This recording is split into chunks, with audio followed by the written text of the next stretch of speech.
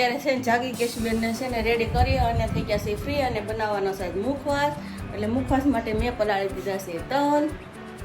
તો અત્યારે વાગી ગયા છે ઘડિયાળમાં 4 અને જો કેશુબેન ચાકી મસ્ત મજાના બેસી ગયા છે તેલે. મિત્રો મસ્ત મજાના આપણા તલ પલળી ગયા છે. હવે એમાં ફેરવી નાખીએ બ્લેન્ડર એટલે ફોતરા ઉખડી જાય.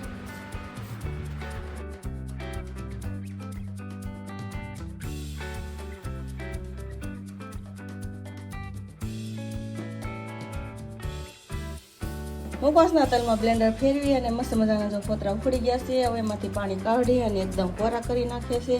હવે આપણે એમાં નાખી દઈએ લીંબુ, મીઠું અને હળદર.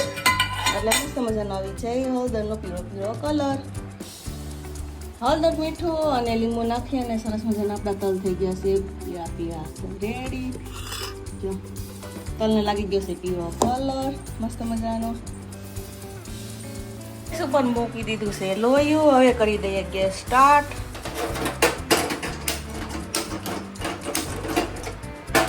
ગેસ થઈ ગયો છે સ્ટાર્ટ અને હાથમાં લઈ લીધો છે તાવીથો. હવે નાખી દઈએ લોયામાં તલ એટલે આપણા તલ ફટાફટ મળે શેકાવા. મસ્ત મજાના તલ આપણા શેકાવા માંડ્યા છે. તો અત્યારે પાણીનો ભાગ હોવાથી એટલે સુરસુર અવાજ આવે છે. પાણી દાજી જાય ને એટલે તલ મસ્ત મજાના શેકાવા મળશે. તલ શેકું છું અને કેશુબેન છે ને બાજુની બારીએથી પગથિયે ચડી અને બારીમાંથી જોવે છે મમ્મી શું બનાવે છે. કાંઈ કેશી નીચેથી તો કાંઈ દેખાય નહીં એટલે બેન છે ને બારીએ ચડી અને કેશુબેન જોવા મળે. જોવાનું મજા આવે નહીં કેશી?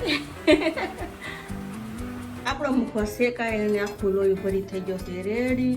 મુખવાસ તો શેકાઈ ગયો. મુખવાસ તો મસ્ત મજાનો શેકાઈ ગયો છે પણ આખી હું પરસેવાની થઈ ગઈ છું રેબઝેબ. એટલે છે ને ફટાફટ હવે શેકાઈ ગયો છે એટલે જઈએ પંખાની છે અને અમે થોડોક ટાઈમ છે જે રસોઈ બનાવવાનો એટલે થોડોક ખાઈએ પવન. તલનો મુખવાસ આપણો હવે ઠરી અને સાફ કરવા માટે થઈ ગયો છે રેડી. એટલે મેં એને પહેલા ચાળી નાખું. જો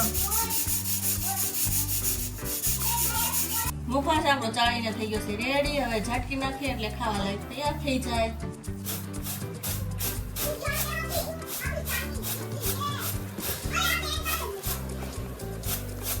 મુખવાસ મસ્ત મજાનો થઈ ગયો સાફ અને છે થોડો થોડો ગરમ એટલે છે ને મૂકી દીધો છે ઠારવા માટે. કેમ કે ગરમા ગરમ તો મુખવાસ છે બોટલમાં ભરવો ન રહ્યો.